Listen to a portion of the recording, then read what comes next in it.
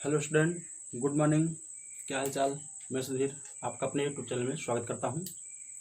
आज हम 10th class के त्रिकोणमिति का सेकंड वीडियो लेके आए हैं, जिसमें हम लोग आगे के पार्ट के बारे में अध्ययन करेंगे। जो त्रिकोणमिति का आगे का शेष भाग है उस पर हम डिस्कस करेंगे। पहले वीडियो में हमने त्रिकोणमिति के इंट्रोड्यूस कराया था आपको, त्रिकोणमिति क्या होता है। आइए थोड़ा सा उसकी समरी के बारे में देख लेते हैं क्या होता है। तो हमने पढ़ा था त्रिकोणमिति। त्रिकोणमिति में हमने डिस्कस किया था कि त्रिकोणमिति होती क्या है। तो हमने बताया कि त्रिकोणमिति जो इंग्लिश का वर्जन है इसका, ट्रिग्नोमेट्री होती है, वह ग्रीक अक्षर के ली गई है, यूनान के, जिसके बारे में डिस्कस किया गया था। हमने पढ़ा था कि त्रिकोणमिति में जो मोस्ट इंपॉर्टेंट होता है, त्रिकोणमिति का जो आधार है वो किस पे डिपेंड है, त्रिभुज पर। हमें त्रिभुज का अध्ययन करना रहेगा, जिसमें हमने मोस्ट इंपॉर्टेंट बताया था समकोण त्रिभुज पर हम डिस्कस करेंगे। समकोण त्रिभुज होता है त्रिकोणमिति का आधार होता है, ऐसा नहीं कि कोई और त्रिभुज नहीं है, और भी त्रिभुज पे हम डिस्कस करेंगे, बट जो इसका बेस होता है वो कौन होता है, समकोण त्रिभुज। तो हमने समकोण त्रिभुज के बारे में डिस्कस भी किया था। तो त्रिभुज क्या होता है, तीन सरल रेखाओं से जो घिरी आकृति होती है उसे हम लोग त्रिभुज कहते हैं। तीन सरल रेखाओं से जो घिरी आकृति होती है या बंद आकृति होती है उसे हम लोग क्या कहते हैं, त्रिभुज, ABC। तो थोड़ा सा हम डिस्कस कर लेते हैं कि त्रिभुज क्या होता है, क्योंकि इस लेसन में जो त्रिकोणमिति है, त्रिकोणमिति में त्रिभुज के भुजाओं कोणों से जो रिलेटेड जितने भी मापन होते हैं उसका हम अध्ययन करते हैं। तो आइए हम लोग सबसे पहले त्रिभुज का ही थोड़ा अध्ययन कर लेते हैं। तो त्रिभुज जो होता है वो किन किन टॉपिकों से मिलकर बना है, ये तीन बिंदुओं से मिलकर बना रहता है। पहला होता है भुजा, दूसरा होता है शीर्ष, और जो तीसरा होता है वो होता है कोण। ये इंपॉर्टेंट टॉपिक है, ये तो ठीक है, आप पढ़ लेंगे, डिस्कस कर लेते हैं इसके बारे में। भुजा किसी भी आकृति की जो सरल रेखा होता है उसका एक रेखा खंड किसी भी आकृति की भुजा कहलाती है। कोई भी आकृति होगी, चाहे चतुर्भुज हो, कुछ भी। शीर्ष होता है जब दो भुजाएं एक दूसरे को प्रतिच्छेदित करते हैं, जिस बिंदु पर जहां काटेंगे वो होता है शीर्ष। कोण इंपॉर्टेंट है, आज का हमारा जो टॉपिक होगा वो कोण पर ही हम डिस्कस करेंगे।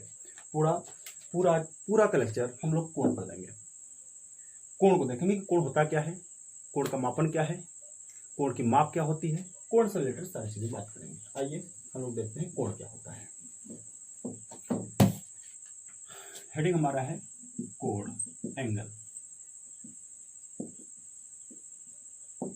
क्या होता है। तो कोण की डेफिनेशन होती है कि दो सरल रेखाओं के बीच जो झुकाव होता है उसे ही हम कोण कहते हैं। ये कोण बना हुआ है, इधर भी झुकाव हो सकता है, ये भी कोण हो सकता है। तो कोण दो प्रकार का होता है। डेफिनेशन क्या है कि दो सरल रेखाओं के बीच के झुकाव को हम कोण कहते हैं। अब आपने कहा कि ये तो झुकाव है, तो ये वाला क्या है, ये भी झुकाव है। तो इसीलिए कोण होता कितने प्रकार का है, दो प्रकार का। सभी कोण दो प्रकार, मतलब टोटल दो प्रकार का होता है। कौन कौन सा, एक होता है धनात्मक कोण, दूसरा होता है ऋणात्मक कोण, पॉजिटिव और नेगेटिव। ठीक है, हम थोड़ा सा और डिस्कस कर लेते हैं, अभी इस पर हम आएंगे। पहले हम देख लेते हैं कि कोण, जैसे कोई आपसे पूछे कि आपने कह दिया कि दो सरल रेखाओं के बीच जो झुकाव होता है उसे हम लोग कोण बोलते हैं। तो कुछ बच्चे बोलते हैं कि नहीं सर, अगर झुकाव है तो जीरो अंश के कोण को आप कैसे प्रेजेंट करेंगे। चलिए हम डिस्कस कर लेते हैं भाई, जीरो अंश का कोण कैसे प्रेजेंट किया जाएगा, 180 अंश का कोण कैसे प्रेजेंट करेंगे, जबकि इसमें तो कोई झुकाव नहीं होता। 360 अंश का कोण हम कैसे प्रेजेंट करेंगे, क्योंकि जो कोण होते हैं आपने पढ़ा होगा, जीरो अंश कोण, न्यून कोण, सम कोण, अधिक कोण, बाकी सब तो ठीक है, बट जीरो अंश का कोण, 180 अंश का कोण और 360 अंश के कोण पर है ना डिस्कस करते हैं बच्चे कि ये कैसे प्रेजेंट किए जाएंगे। आइए देखते हैं। तो जो कोण होता है ना, कोण बनाने के लिए सबसे पहले हम एक रेखा खींचते हैं, जिसको हम लोग प्रारंभिक रेखा बोलते हैं। क्या बोलते हैं, प्रारंभिक रेखा। और जो दोबारा रेखा, दूसरी जो रेखा खींची जाती है, इसको हम लोग बोलते हैं टर्मिनल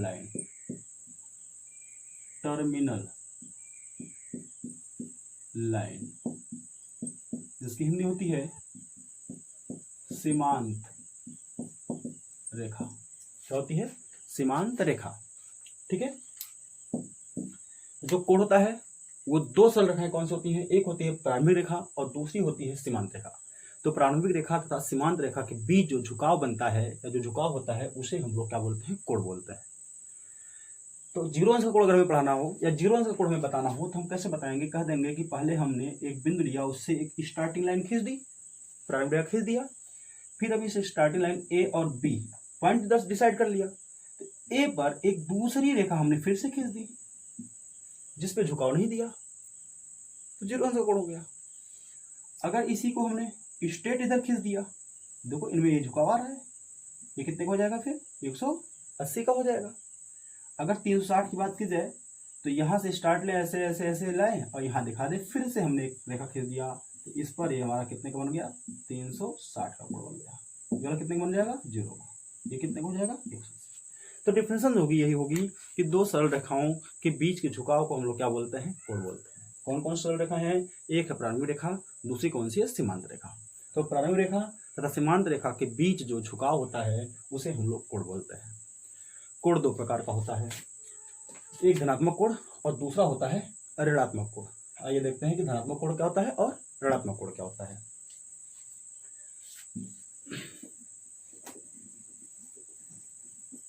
धनात्मक कोण,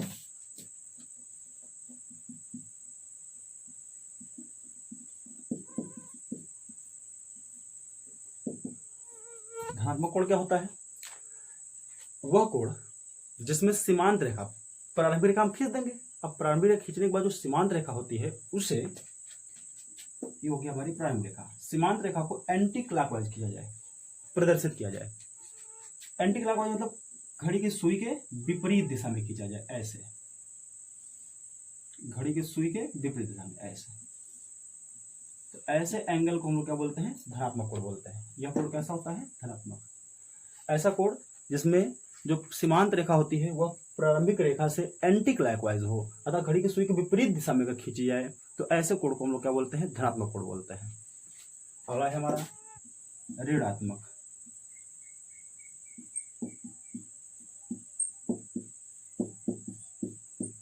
ऋणात्मक कोण क्या होता है, ऐसा एंगल जिसमें सीमांत रेखा एंटी क्लॉक ना होकर के क्या हो, क्लॉकवाइज हो, ऐसे, इस तरीके से, ऐसे। अगर एक क्लॉकवाइज होता है तो ऐसे एंगल को हम लोग क्या बोलते हैं, नेगेटिव, और ऐसे एंगल क्या बोलते हैं, पॉजिटिव। तो ऐसा कोण जिसमें सीमांत रेखा एंटी क्लॉकवाइज होती है, घड़ी की सुई की विपरीत दिशा में होती है, उसे हम लोग धनात्मक कोण कहते हैं। ऐसा कोण जिसमें घड़ी की सुई, सीमांत रेखा के, जो सीमांत रेखा होती है वो प्रारंभिक रेखा के क्या हो, क्लॉकवाइज होती है, अर्थात घड़ी की सुई की दिशा में होती है, तो ऐसे कोण को हम लोग बोलते हैं ऋणात्मक कोण। ये हो गया कोण। कोण दो प्रकार के, धनात्मक और ऋणात्मक। अब हम पढ़ेंगे कोण का माप, कोण की माप।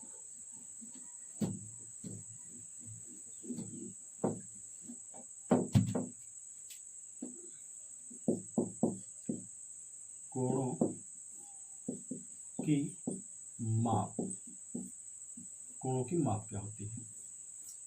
इस माप में हम लोग सबसे पहला जो टॉपिक होगा वो पढ़ेंगे चतुर्थांश। क्या होता है चतुर्थांश, तो जो कोऑर्डिनेट हम पढ़ेंगे तो कोऑर्डिनेट में मिस्टर अनिल कार्ते ने कोऑर्डिनेट को बखूबी समझाया है।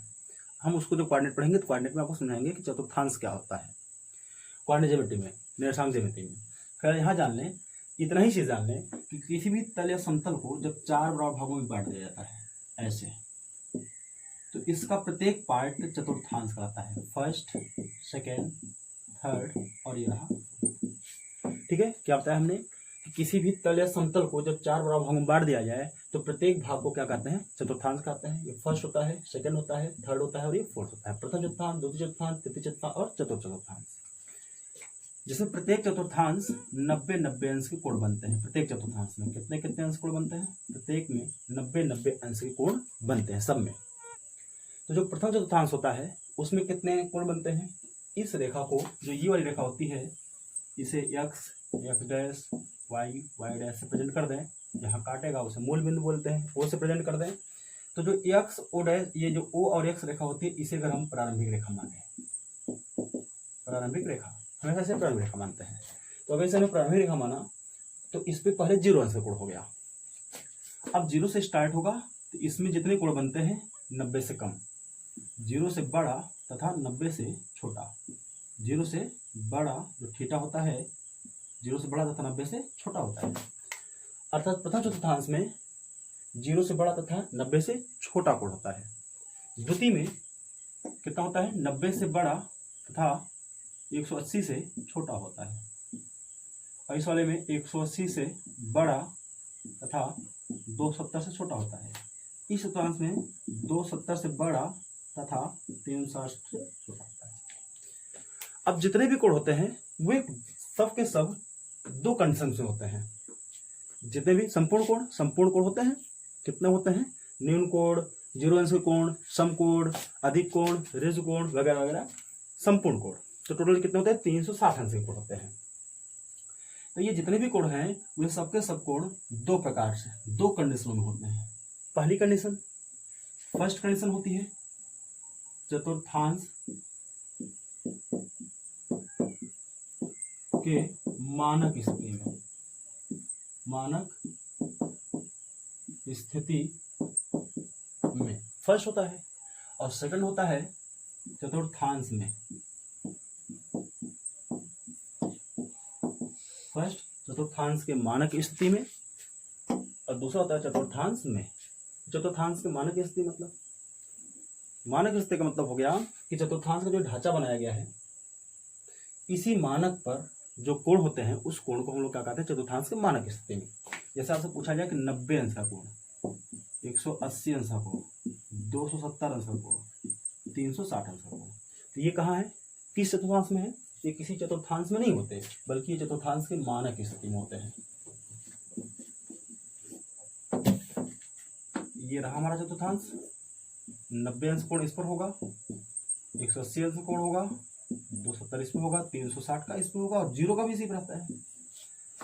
तो 0, 360, 90, 180 और 270 ये किसी चतुर्थांश में नहीं होते, ना तो फर्स्ट में होते हैं, ना तो सेकंड में होते हैं, ना तो थर्ड में होते हैं, ना तो फोर्थ में होते हैं। ये किस में होते हैं, चतुर्थांश के मानक स्थिति में होते हैं। और दूसरी कंडीशन उस चतुर्थांश में तो जो बाकी शेष कोण बनते हैं वो सबके सब कोण किसी न किसी चतुर्थांश में होते हैं। तो पहले चतुर्थांश में कौन सा कोण होता है, 0 से बड़ा और 90 से छोटा कोण, मतलब 1 से लेकर के 89 तक का, 91 से बड़ा तथा 180 से छोटा कोण द्वितीय वाले चतुर्थांश में, तृतीय में, चतुर्थ में, ऐसे कंफर्म हो जाएगा। अब हमने जो आपको पढ़ाया था वो जस्ट पीछे कि धनात्मक कोण तथा ऋणात्मक कोण, जैसे हमने कहा कि 260 अंश तथा माइनस 260 अंश का कोण किस चतुर्थांश में होगा, 260 अंश का कोण, तो आप यहां से स्टार्ट करिए, यहां से प्रारंभिक है, धनात्मक है तो एंटी क्लॉकवाइज जाइए, ऐसे 90, 180, 260 है तो 260, 270 पहले आएगा, किसमें आ गया, तृतीय चतुर्थांश। बट अगर आप इसी चीज को नेगेटिव कर देते हैं तो जो आप इधर से घूमना स्टार्ट किए थे उधर से नहीं घूमेंगे बल्कि इसके एंटी क्लॉकवाइज, सॉरी क्लॉकवाइज हो जाएंगे, जस्ट विपरीत, इधर से घूमना स्टार्ट करेंगे। 90 ऐसा नहीं करेंगे, चतुर्थांश को ही बदल दीजिए, पॉजिटिव पढ़ना है तो प्रथम द्वितीय तृतीय इसको पढ़ें और नेगेटिव पढ़ना है तो प्रथम द्वितीय तृतीय इसको पढ़ना ही। चतुर्थांश सेम वही रहेगा, प्रथम द्वितीय तृतीय चतुर्थ वही रहेगा, बस अगर पॉजिटिव होगा तो इधर से मूव होते हुए आएंगे और नेगेटिव होगा तो इधर से जाएंगे, बस चतुर्थांश नहीं बदलेगा। ये हो गया आपका 90, मानते जाएंगे 180, यहाँ रहेगा 270, अब यहाँ पे 260 आएगा, अर्थात अगर 260 पॉजिटिव वाला है तो ये तृतीय में आएगा और अगर माइनस 260 है तो किस में आएगा, द्वितीय में आ जाएगा। ठीक है, तो इससे हम कोण की माप कर सकते हैं कि कोण की माप पॉजिटिव कोण और नेगेटिव कोण किस चतुर्थांश में रहेगा। अगला टॉपिक मापन, कोणों का मापन, कोणों का मापन। अब माप को हटा देंगे, हम देखेंगे मापन क्या होता है, एक एक्स्ट्रा टॉपिक है असली मापन। तो कोणों के जो मापन की पद्धतियां हैं मुख्यतः 3 पद्धतियां प्रचलित हैं। ठीक है, कोणों के मापन की 3 पद्धतियां प्रचलित हैं, 3 पद्धतियां होती हैं। फर्स्ट षष्टिक, लिखते हैं पढ़ते हैं खष्टिक पद्धति। सेकेंड वृत्ति सॉरी सेकेंड तात्विक लेते हैं, तात्विक पद्धति। थर्ड वृत्ति पद्धति। तो कोण मापन की मुख्यतः 3 पद्धतियां प्रचलित हैं। कौन कौन सी? पहली है खष्टिक पद्धति, दूसरी है सात्विक पद्धति और तीसरी है वृत्ति पद्धति। आइए एक एक पद्धति के बारे में हम चर्चा करते हैं और इसको लिखे भी रहेंगे क्योंकि इनमें संबंध निकालना होगा तो हम उसको भी देखेंगे। पहले लेते हैं षष्टिक पद्धति। पहली पद्धति कौन सी लेते हैं? षष्टिक पद्धति, जिसको हम लोग खष्टिक बोलते हैं पद्धति। ऐसी पद्धति जिसमें हम कोणों को अंश, मिनट तथा सेकंड में मापते हैं, तो ऐसी पद्धति को हम लोग क्या बोलते हैं?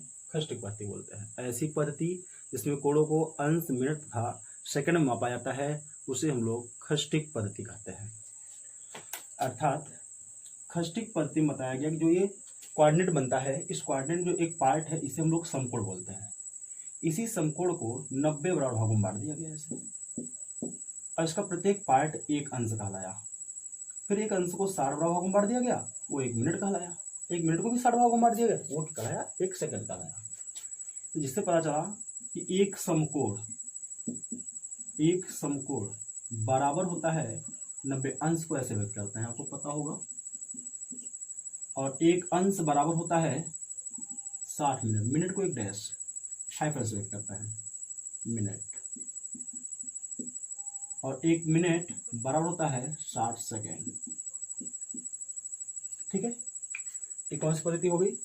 खष्टिक पद्धति। षष्टिक पद्धति है ऐसी पद्धति जिसमें कोणों को अंश, मिनट तथा सेकंड में मापते हैं, ऐसी पद्धति को हम लोग क्या कहते हैं? खष्टिक पद्धति। आइए दूसरे पर सात्विक पद्धति।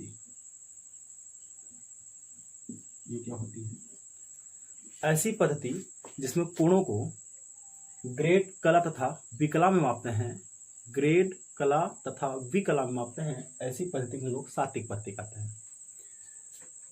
सेम वही कंडीशन है। इसी कोऑर्डिनेट को ये कुछ लोगों ने 90 भागों में बांटा, इसी को इन्होंने लोगों ने कितने भागों में बांट दिया? 100 बराबर भागों में बांट दिया। कितने भागों में? इसके 100 भाग कर दिए। इन्होंने इसके 90 भाग किए थे, तो 100 भाग को इन्होंने ग्रेड कहा और 90 भाग को इन्होंने अंश कहा था। ठीक है, तो अब यहां से मिला कि एक समकोण बराबर 100 ग्रेड। ग्रेड को जी से लिखते हैं। एक ग्रेड बराबर 100, वही है, एक डैश लगा देंगे कला।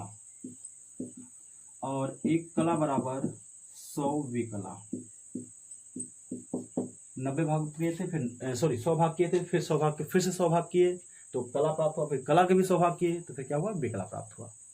ये किसका फॉर्मूला हो गया? ये किससे रिलेटेड? सात्विक पद्धति से। ये किससे रिलेटेड हो गया?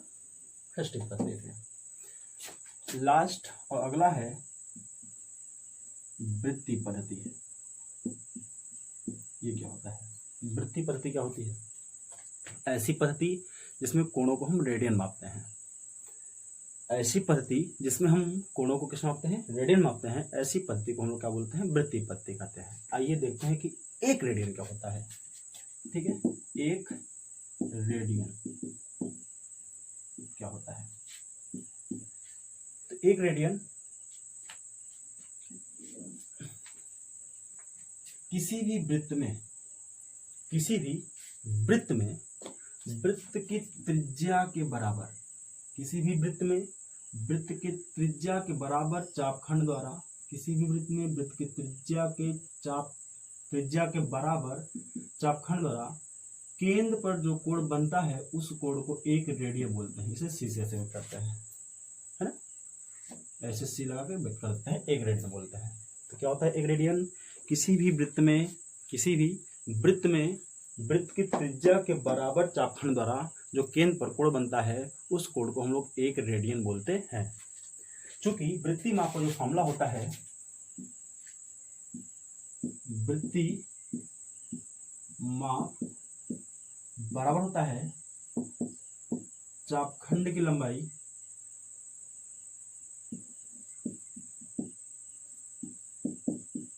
बटे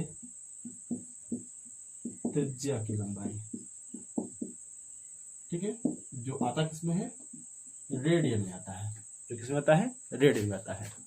वृत्तीय माप बराबर होता है चापखंड की लंबाई बटे त्रिज्या की लंबाई, जो आएगा किसमें, रेडियन में। इसी को बोलते हैं एक। अगर त्रिज्या और चापखंड की लंबाई सेम है तो फिर कट करके 1 रेडियन आ जाएगा। अगर चापखंड ज्यादा है तो 2 रेडियन, अगर 2 मीटर आ रहा है, 10 मीटर है वो एक ही है तो 10 आ जाएगा, 10 रेडियन आ जाएगा। ठीक है, ये तीनों पद्धतियों की हमें जानकारी प्राप्त हो गई। तीनों पद्धतियां कौन कौन सी होती हैं, खष्टिक पद्धति, सात्विक पद्धति और वृत्तीय पद्धति। इसके बाद हम तीनों का एक दूसरे में संबंध पढ़ेंगे। तीनों का एक दूसरे में संबंध, जैसे हम पहला संबंध देख लेते हैं किसका किसका, खष्टिक पद्धति का सात्विक पद्धति में। तो हम देख रहे हैं खष्टिक में और सात्विक में, इसे क्वेश्चन नंबर 2 बना लें, इसे क्वेश्चन नंबर 1। ठीक है, एक समकोण 90 होता है और यहाँ देख रहे हैं एक समकोण कितना होता है, 100 ग्रेड होता है। अगर दोनों की तुलना की जाए तो इसके जो लेफ्ट पार्ट है वो बराबर है, एक समकोण है, बट राइट पार्ट यहाँ एक 90 अंश है और एक कितना है, 100 ग्रेड है। यहाँ से हमें पता चल जाएगा कि 100 ग्रेड बराबर होता है 90 अंश के, 90 अंश, अर्थात 1 ग्रेड बराबर कितना हो जाएगा, 90/100 अंश के। जी जो कर जाएगा कितना आएगा, 9/10 अंश 1 ग्रेड में, अर्थात 1 ग्रेड बराबर कितना होता है, 9/10 अंश। इससे अगर हमें कहा जाए कि ग्रेड को, किसको, ग्रेड को अंश में परिवर्तित कीजिए, ठीक है ना, अंश में परिवर्तित कीजिए तो कितना आ जाएगा, लिखेंगे 9/10 से गुणा करेंगे। अगर इसी का उल्टा,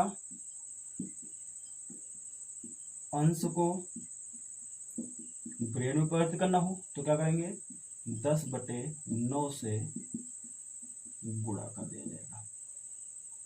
ठीक है, 2 पॉइंट नोट कर लेंगे। ये पहला संबंध हो गया। किसका किसका संबंध देखा, खष्टिक पद्धति तथा सात्विक पद्धति में क्या संबंध होता है। और हमने प्राप्त किया कि अगर ग्रेड को अंश में बदलना है तो 9/10 से गुणा करेंगे, और अगर अंश को ग्रेड में बदलना है तो किससे गुणा करेंगे, 10/9 से गुणा करेंगे। अगली दोनों पद्धतियां खष्टिक पद्धति ले लेते हैं, षष्टिक पद्धति तथा वृत्तीय पद्धति में संबंध रख लेते हैं। आइए देखते हैं।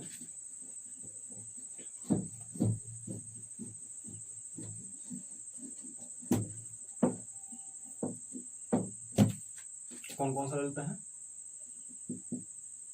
खष्टिक या षष्टिक तथा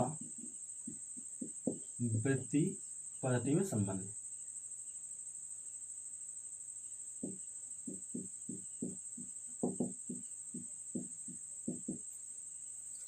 चलिए देखते हैं क्या होता है। तो वृत्तीय पद्धति, वृत्तीय माप निकालना होगा तो वृत्त चाहिए, तो आइए एक वृत्त ले लेते हैं। सपोज कर लेते हैं कि माना एक वृत्त है जिसकी रेडियस r है, इसकी रेडियस कितनी है, r। तो खष्टिक पद्धति में या षष्टिक पद्धति में जो वृत्तीय माप आएगा वो क्या हो जाएगा, अगर इस वृत्त की पूरी माप ली जाए, पूरे वृत्त की, तो संपूर्ण कोण आ जाएगा। और संपूर्ण कोण कितने का होता है हमें पता है, 360 अंश। किसमें होता है, खष्टिक पद्धति में। ठीक है, बट अगर यही हमें वृत्तीय पद्धति में देखना हो, किसमें, वृत्तीय पद्धति में देखना हो क्या, वृत्तीय माप, तो इसका फॉर्मूला क्या होता है, चापखंड की लंबाई बटे त्रिज्या की लंबाई, जो आता किसमें है, रेडियन में आता है। तो चापखंड की लंबाई कितनी होगी, तो चापखंड की लंबाई, इस पूरे वृत्त की माप हम ले रहे हैं तो पूरे वृत्त का चापखंड लेंगे। अब यह पूरा वृत्त क्या है, वृत्त की परिधि है। अगर इसकी रेडियस r है तो पूरी परिधि कितनी हो जाएगी, 2πr हो जाएगा, बटे इसकी रेडियस कितनी है, त्रिज्या r है, इसमें आ जाएगा रेडियस, r से कैंसिल, कितना आ जाएगा, 2π रेडियस। ये आ गया वृत्तीय माप। किस वाली पद्धति में आ गया, वृत्तीय पद्धति में। और खष्टिक पद्धति में इसी वृत्तीय माप कितना आ रहा है, 360। अगर इसे इक्वेशन नंबर हम फर्स्ट बना लें वैसे इक्वेशन नंबर हम क्या बना लें सेकेंड। तो इक्वेशन फर्स्ट तथा सेकेंड से समीकरण 1 हुआ 2 से, ठीक है। देख लेते हैं क्या हो जाएगा। फर्स्ट इक्वेशन में 2 पाई रेडियन बराबर हो जाएगा कितना 360 अंश, अर्थात पाई रेडियन बराबर कितना हो जाएगा, इसको इधर पास कर दें तो 360 बटे कितना हो जाएगा 2। तो पाई रेडियन बराबर कितना हो गया 180 अंश। इससे पता चल गया, एक फॉर्मूला मिला हम लोगों को कि पाई रेडियन बराबर कितना होता है 180 अंश, अर्थात पाई बराबर कितना होता है 180 अंश होता है। अब अगर हमें रेडियन को अंश बदलना हो या अंश को रेडियन बदलना हो तो हम क्या करेंगे। अगर 1 रेडियन लिखना हो, 1 रेडियन बराबर कितना हो जाएगा 180 बाई पाई, क्या अंश। तो फर्स्ट नोट क्या लिखेंगे और सेकंड नोट क्या लिखेंगे, ठीक है। तो फर्स्ट नोट में हो जाएगा कि अगर हमें रेडियन को अंश में बदलना है तो 180 बाई पाई से गुणा करेंगे, तथा अगर अंश को रेडियन बदलना है तो क्या करेंगे 180 बाई पाई से गुणा करेंगे। फिर से सुन लीजिए और नोट कर लीजिएगा। क्या करेंगे, अगर रेडियन को अंश में बदलना है तो 180 बटे पाई से गुणा करेंगे, तथा अगर अंश को रेडियन बदलना है तो पाई बाई 180 अंश गुणा करेंगे। रेडियन को अंश बदलना है तो 180 बाई पाई से गुणा करेंगे, और अंश को रेडियन बदलना है तो पाई बाई 180 अंश से गुणा करेंगे, ठीक है। अगला और लास्ट संबंध हमने यहां पाया, इसी से लेंगे। खष्टिक का वृत्ति के साथ हो गया, खष्टिक का सात्विक के साथ हो गया। अब बचा हमारा वृत्ति पद्धति का सात्विक के साथ संबंध। तो हमने भी देखा सात्विक पद्धति का एक समकोण बराबर होता है 100 ग्रेड। इक्वेशन नंबर फर्स्ट मान लीजिए। अभी जस्ट हम देख के आ रहे हैं कि अंश में इसका संबंध, समकोण मतलब इस समकोण से रिलेटेड। यहाँ पर 180 का मतलब होता है द्विसमकोण। 180 मतलब कितना है 2 समकोण, बराबर कितना होता है 2 समकोण बराबर कितना होता है पाई रेडियन। इसी 2 को इधर पक्ष न कर दें तो इधर भी हो जाएगा 1 समकोण, पाई बाई 2 रेडियन। और इसी इक्वेशन में हम क्या बना लें सेकंड बना लें। इक्वेशन फर्स्ट इक्वेशन सेकंड देख लेंगे। तो एक समकोण है मतलब लेफ्ट पार्ट बराबर है और राइट पार्ट बराबर हो जाएंगे फिर। अतः समीकरण 1 हुआ 2 से दोनों समीकरणों की तुलना कर लेते हैं। तो तुलना करेंगे कितना मिलेगा 100 ग्रेड बराबर मिल जाएगा पाई बाई 2 रेडियन, अर्थात 1 ग्रेड बराबर कितना मिलेगा 100 को पक्ष में कर देंगे pi by 2, pi by 200 radian. अब अगर यहाँ का नोट्स होगा 2 नोट यहाँ भी आप डालेंगे फर्स्ट और सेकेंड। फर्स्ट नोट होगा कि ग्रेड को रेडियन में कैसे बदलेंगे, तो पाई बाई 2 अंश से गुणा कर देंगे, पाई बाई 200 से गुणा कर देंगे तो रेडियन में आ जाएगा। अगर रेडियन को ग्रेड बदलना हो तो क्या करेंगे उसे उल्टा कर देते हैं, 200 बटे क्या कर दें पाई से गुणा कर दें, वो किस में हो जाएगा ग्रेड हो जाएगा। रेडियन को ग्रेड बदलना है 200 बटे पाई से क्या कर देंगे गुणा कर देंगे। बस आज के लिए इतना ही। अब अगले वीडियो में हम लोग त्रिकोणमिति का जो शेष पार्ट होगा उसके बारे में अध्ययन करेंगे। अगर आपको हमारी वीडियो पसंद आई हो तो लाइक और सब्सक्राइब जरूर करें। थैंक्स।